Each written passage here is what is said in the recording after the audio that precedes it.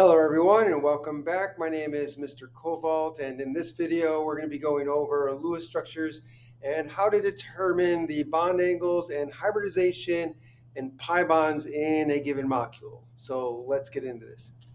So in this problem we're asked to complete the Lewis structure shown below by adding in any missing lone pairs, then identify the bond angles and hybridization of each atom indicated. So let's look at the molecule. So here's the molecule. It's a very large molecule. And so they want us to identify the bond angles, hybridization, and the number of pi bonds. But first, we need to make sure that we complete the Lewis dot structure by adding any missing lone pairs. So let's do that first. And the lone pairs are going to be with the atoms where they don't have an octet. So you'll see here that nitrogen has 3 bonds. That's 2 electrons per bond. That's 6. So this one needs an octet. So we need to put a lone pair on the nitrogen. This carbon has 1, 2, 3, 4 bonds. So that has an octet. So that's good. This carbon has 1, 2, 3, 4 bonds. That has an octet. Remember, it's 2 electrons per bond. And so if you have 4 bonds, that's 4 times 2 is 8. That's 8 electrons. That's your octet. This carbon has 1, 2, 3, 4 bonds. So that has an octet. This carbon has 1, 2, 3, 4 bonds. So that one's good with an octet. This one also, 1, 2, 3, 4. The oxygen here has 2 bonds. That's 2 electrons per bond. So that's 4 electrons. So we need 4 more electrons. So we're going to need to put 2 lone pairs on this oxygen here.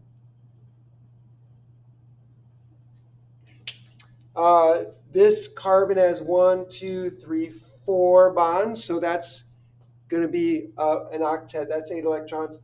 This oxygen has 2 bonds, so that's 4 electrons. It needs 4 more electrons, so we're going to need to put 2 lone pairs on this oxygen. This carbon has 1, 2, 3, 4 bonds. This nitrogen has 1, 2, 3 bonds, so it needs 2 more electrons. So we're going to put a lone pair right here, and that's it. We ignore the hydrogens because hydrogen is an exception. Hydrogen only loves to bond once, so it's fine with only 1 bond, so it does not need an octet.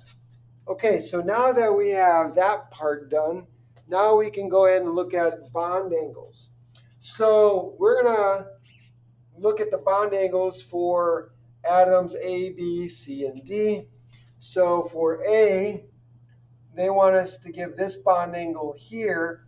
Now the thing about bond angles is you can't really determine the bond angles from the Lewis dot structure. It's just a picture to show the conductivity, not the shape around there. To indicate or figure out what the shape is around a certain central atom, you need to use Vesper theory. So you got to use that table. You probably got one that was given to you by your teacher or your professor. Or maybe you've memorized it. Maybe your professor wants you to memorize it, or your teacher does. Either way, you're going to have to use that chart that shows the number of bonding pairs, the number of lone pairs, and what the electron geometry is going to be, and the molecular geometry. So you have electron group geometry and you have molecular geometry. So here, to find the bond angles, we're going to go by the electron group geometry. Okay, so here, this carbon here, we're looking at this group here. So this has 1 group. Remember, the double, single, and triple bonds are all considered 1 group, right? So we're not going to count this as 3 groups. It's only 1 group. This is 1 group. So this carbon only has 2 groups around it. So if you look on your chart, if you have only 2 groups and no lone pairs, that's going to be a linear shape. So this is going to be linear, so therefore the bond angle is going to be 180 degrees. Okay, What about B? B is this angle here. Don't put 90 degrees. It's not 90 degrees. Even though it looks like 90 degrees, that's not the angle. You have to, again, look at the number of groups, electron groups around the central atom here. So we have 1, 2 single bonds, 1 double bond. Remember, double bonds are considered one group. So the total number of groups around the carbon atom is 1, 2, and 3. No lone pairs. So if you look on your table, your VSEPR table, if you have a central atom that has 3 groups total, no lone pairs, then the angle is going to, or the shape here is going to be trigonal planar. And the bond angle for trigonal planar is going to be 120 degrees. This would be the ideal angle, right? But because we have a double bond there, technically the double bond, because you got 4 electrons here, that's going to take up more space. There's going to be more repelling force. So this is probably, if you want to be technical, it's probably going to be less than 120 degrees because of the amount of repelling force that the double bond has. But if your professor or teacher isn't really picky about that, then 120 degrees might be fine. Okay, C, we have this here. So this C looks a lot like A, but again, don't be fooled. So this is not going to be linear like this is linear. So because notice we have these lone pairs. So what is the shape around the lone pairs? We got to look at the bonding and non-bonding groups. So we have 1 bond, 2 bonds, we have 2 bonds, and we have 2 lone pairs. That's a total of 4 groups. So if you look on your table, right, or your chart, you'll find that if you have a central atom that has a total of 4 groups, and 2 of them are bonding and 2 of them are lone pairs, your shape is going to be, or I should say the molecular shape, molecular geometry is going to be bent, right? The electron group geometry is going to be tetrahedral, right? And the tetrahedral is going to give us the shape here, okay? So here we would say, well, if it's tetrahedral, the angle, the bond angle of tetrahedral is going to be 109.5.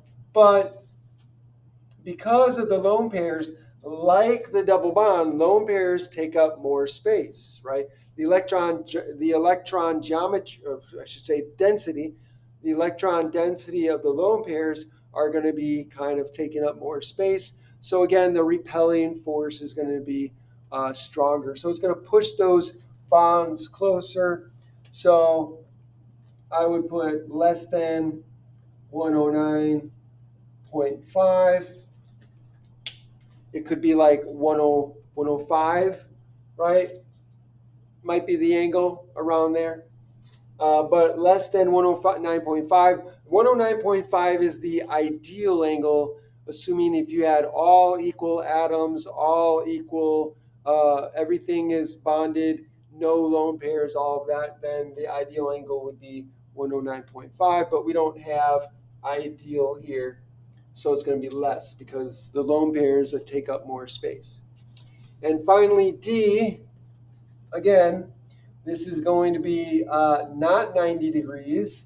But if you look here, you have 1, 2, 3, 4 bonds, no lone pairs. So again, if your total number of electron groups is 4, then the electron group geometry again is going to be tetrahedral, and the bond angle is going to be 109.5. So here, no double bonds. So here we can assume maybe it's probably going to be ideal. So 109.5 degrees. And so that's how you determine the bond angles of your molecules, of the central atoms in your molecule. Okay, now let's do the hybridization of these atoms. So atom E, the carbon again. So we said that this has a linear shape to it, and it has two bonding groups, right? So if you have two bonding groups, or uh, or non-bonding groups together, right? So here, the important thing to determine what the hybridization is going to be for any particular essential atom is you got to count the number of total electron groups. And again, let me reiterate that double and triple bonds are going to be considered one group, not two or three, right? So here I have one group, here I have two groups, no lone pairs. So the total is two. And so when you're trying to figure out these hybridization, you're going to take your atomic orbitals like so. You have one s orbital, three p orbitals, and five d orbitals. And what you're going to do is starting from the lowest energy orbital, which is your s, and moving through the p's and the d's, for every electron group that you need an orbital for, you're going to add that many atomic orbitals and create the same number of molecular orbitals. So let's take this for example. I have one electron group here, one electron group here. So another thing to keep in mind is the triple bond is made up of one sigma bond and two pi bonds, right? So whenever you have multiple bonds like double and triple, one of the bonds is going to be a sigma bond, and that sigma bond is going to be a hybridized bond. The pi bonds are going to involve the overlap of unhybridized p orbitals. So there's no, so whatever leftover p orbitals you have for that particular atom, those are going to participate in the pi bonding, right? So if we look here, so again, to figure out hybridization, I count the number of electron groups around the central atom. Here I have one, here I have two, so I have two. So I'm going to add two atomic orbitals. So I'm going to start with sulfur. I'm going to start with S, and I'm going to move my way over. So I need 1, 2. So I'm going to take these two, and I'm going to make two sp hybridized orbitals. So remember, the rule is that whatever number of atomic orbitals you use to make your hybridized orbitals, you're going to get that same number of hybridized orbitals back. So here I use two atomic orbitals, so I got two hybridized orbitals back, and they're called sp because I used s and p. Okay, so now this is going to be sp hybridized. Okay, notice that for this carbon, I have 1 and 2. I have two left over unhybridized p orbitals, and you can see that those unhybridized p orbitals are being used to form the triple bond. So this will be one pi bond involving this unhybridized p orbital, and the other pi bond involving the overlap of this p orbital. Okay, so that's E. So F is this carbon here.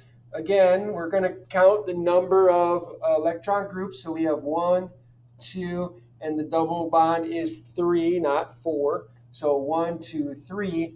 So in this case, I need 3 atomic orbitals to hybridize and create 3 hybrid orbitals. So in this case, I'm going to take an S, a P, and a P, and so I'm going to hybridize those 3. I'm going to come out with 3 equal energy sp2 hybridized, because I used 2 P's and an S to create the hybrid orbital, the molecular orbital. So now these are molecular orbitals. And so this is going to be sp sp2 hybridized. And again, notice that I have one unhybridized p orbital left over, and it's being used in the double bond, right? So that makes sense. Okay, next we have G. So here we have G. So again, here we have 1, 2, 3, 4. So this carbon has 4 bonding groups, no lone pair. So it's a total of 4 electron groups. So we're going to need to use 4 atomic orbitals to create a hybrid, the 4 hybrid orbitals. So I'm going to use SPPP. So there's 4. And so I'm going to hybridize those together. I get 4 sp3 hybridized orbitals. So the hybridization around G, this carbon here, is sp3. And last but not least, we have H. Here we have, again, we're going to count the number of electron groups. We have 1, 2, 3 bonds plus the lone pair. So that, again, makes 4 electron groups total. And again, since we need 4 groups to be bonded or non-bonded, we have 4 groups of electrons that need orbitals. We need hybrid orbitals. So again, we're going to need to take 4 atomic orbitals, sp.pp, hybridize those to create 4 equal energy sp3 hybrid orbitals. So again, this is going to be sp3 hybridized. And finally, we have this question: how many pi bonds are in this molecule? So in this molecule, the pi bonds are going to be indicated by any double or triple bonds that are in the molecule. So again, if you have a double or triple bond, remember that one bond is always going to be sigma, only one. You can't have, you're not going to have more than one sigma bond between 2 atoms, because remember, the sigma bond is the bond that goes along the axis between the atoms. Right? So I can only have one overlap of orbitals between the atoms along that axis, right? So the other 2 or other extra bonds you might have in a double or triple bonds, those are all going to be pi bonds. So again, anytime you have a double or triple bond, one and only one of those bonds is a sigma. Whatever extra you have, those are going to be pi bonds. So here in this triple bond, I have 1 sigma bond, and then the other 2 have to be pi bonds. So that's 2. So I have 2 pi bonds there. Here at this double bond, I have 1 sigma bond, and then the extra, the second bond, has to be a pi bond. So there I have 1.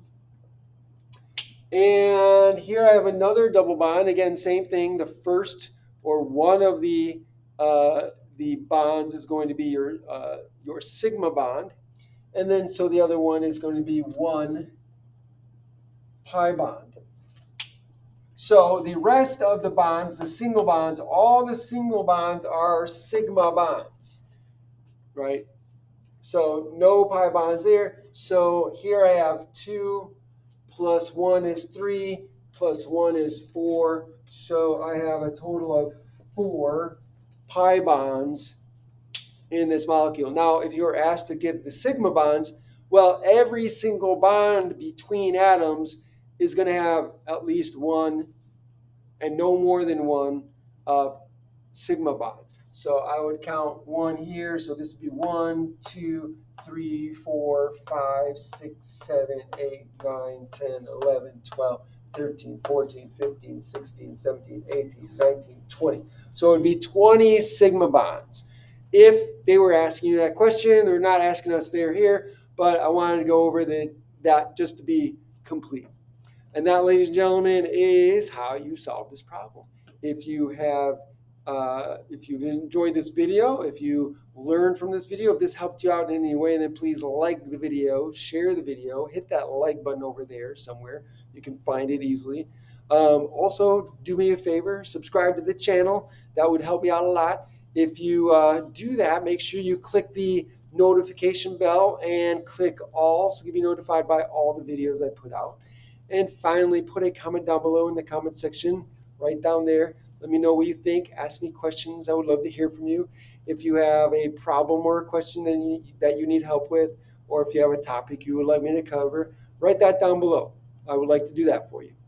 Thanks for joining me and have a great day.